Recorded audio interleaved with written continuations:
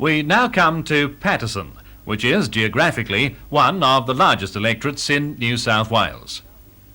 Its southeastern corner runs between Maitland and East Maitland, and from there it includes the whole of the Upper Hunter. It also bisects the Lower Hunter vineyards, where a wine festival will be in full swing on the weekend. So at least there, the usually serious chore of voting could be lots of fun. To the far west and north, Paterson takes in Mudgee, Dunedoo, Coonabarabran and Gunnedah. Once a largely farming electorate, it's rapidly becoming industrialised by the coal mining industry. Apart from that, it's a difficult area to represent, with all major populated areas at the periphery and largely rugged country in between.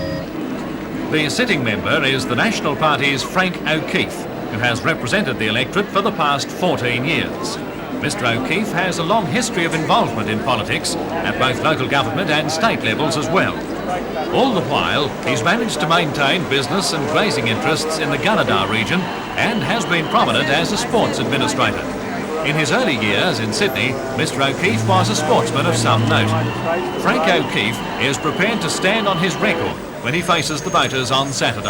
I've had success in many fields, particularly in the building of nursing homes, aged persons units, the provision of efficient telecom services right throughout the electorate, and I've worked hard and I feel sure that I'll retain Paterson at this election, which is being held on the 5th of March.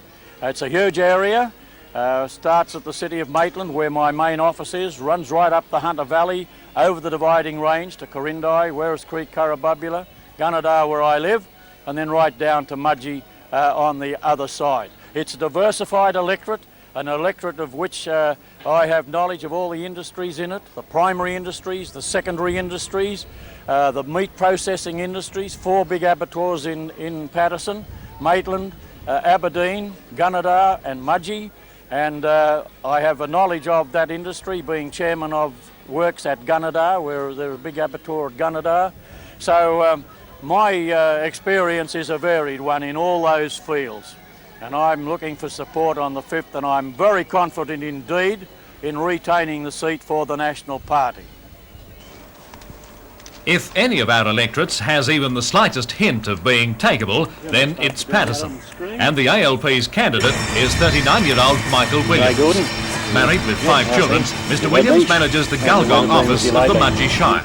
Before that, he was the secretary of the salaried branch of the Municipal Employees Union in Sydney for 5 years. The industrialisation caused by the mining expansion has brought with it a change in the Paterson population since 1980. Mining inevitably brings with it unionism and in turn a Labor following.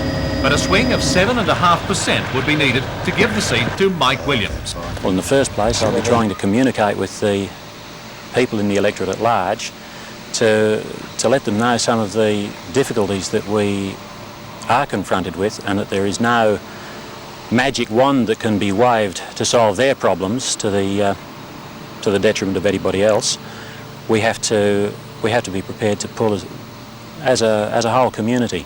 Perhaps an example would be if I indicate some of the policies that we've got that spread right the way across the board. We've not only been talking about guaranteeing a share of the steel market for BHP, which would have a big impact on support industries in this particular part of the electorate.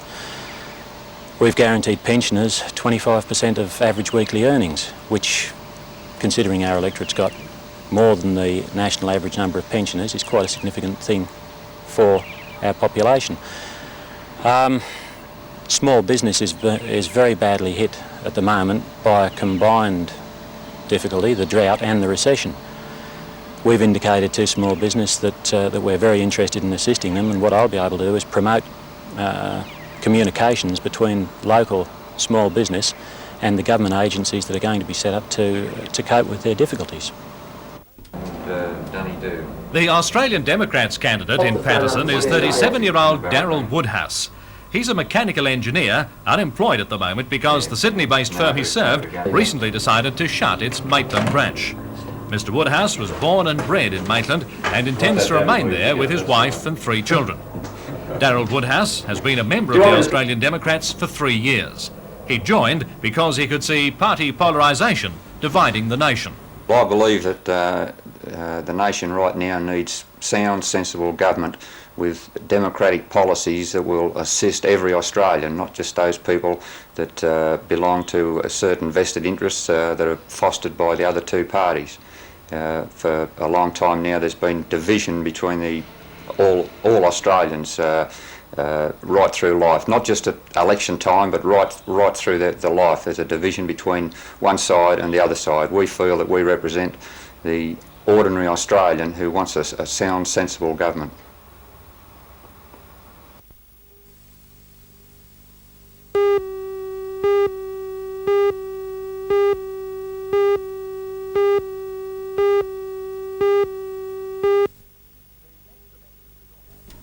The next electorate we look at in Who's for the House is Shortland, where 5 candidates have nominated.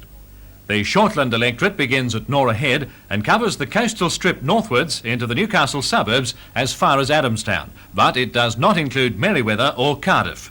Shortland's western border is the western shore of Lake Macquarie, giving the electorate a voting population of 83,247. General development in the region has seen the electoral roll swell by nearly 4,000 since the last federal election in 1980. The man with the iron grip on Shortland is the ALP's spokesman on transport, Mr. Peter Morris. Mr. Morris was elected to represent Shortland in 1972 and he has been Shadow Transport Minister for the past 7 years. Responsibilities in that direction have kept Mr. Morris out of his electorate for much of the campaign period, but he has a campaign manager and the ALP has had a representative always on hand at the electoral office. Mr. Morris echoes the party line of electing a Labor government to bring Australia together. Well, the issue in this election is jobs, jobs and jobs.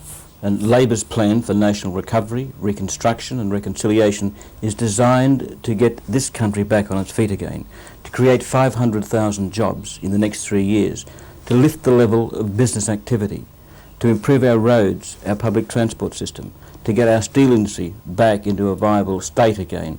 And unless we do that, and unless there is a change of government next Saturday, this country is going to see 1 million people in the dole queues by next Christmas. So in the package we've put together, we are basing it upon involvement of all Australians, upon all of us getting together, working together. And as Bob Hawke says, by bringing Australians together, we can get reconciliation, we can get this country back on its feet, and we can again have a hope, security and an opportunity for our young people and for our families. Representing the other major political party contesting Shortland is Peter Wilson. Mr. Wilson is 38 years old, married with 4 children and has been a member of the Liberal Party for the past 3 years. Mr. Wilson was born and raised in Newcastle and now lives at Wallsend, where he's deeply involved in youth work. He's been in the real estate business for the past 20 years. Peter Wilson wants electors in Shortland to vote differently because, in his words, they'd be doing themselves a favour. I'd like to say that I'm very concerned for the welfare and the being of the people of this Shortland electorate. When I think of the neglect they've received over successive governments, and I feel that they've got to vote differently for their own sake. I think they've got to think of themselves and their own area and their well-being, what they've got and what they haven't got, to make that difference in this electorate. I cite the example of the allocation to Brisbane of the World University Games. I just wonder the difference here in that decision if we'd had marginal seats in this area, what a tremendous effect it would have had to this area to have that nomination here. Another example is the siting of the Regional Taxation Office in Chatswood. That services an area from Newcastle right through the Queensland border, and Newcastle is the ideal site for it. But the governments can't see any reason why they should put it here because it's a one-way, it's a safe seat.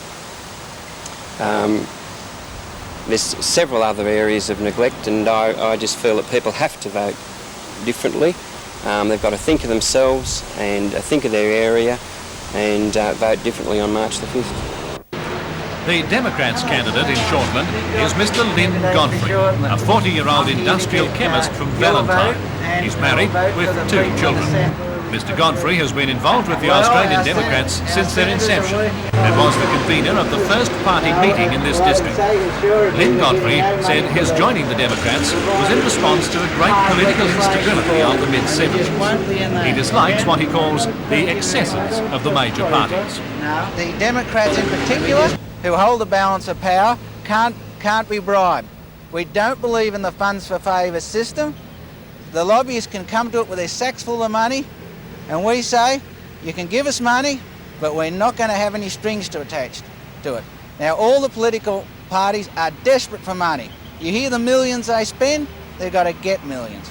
And to get millions, they have to give away something.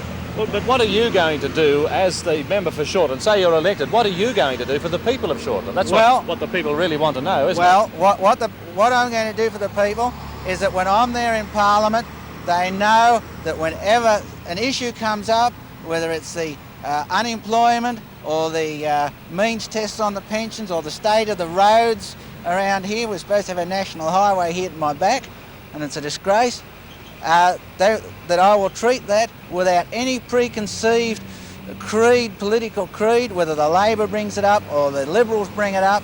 I won't care where it comes from, it'll be completely on its merits.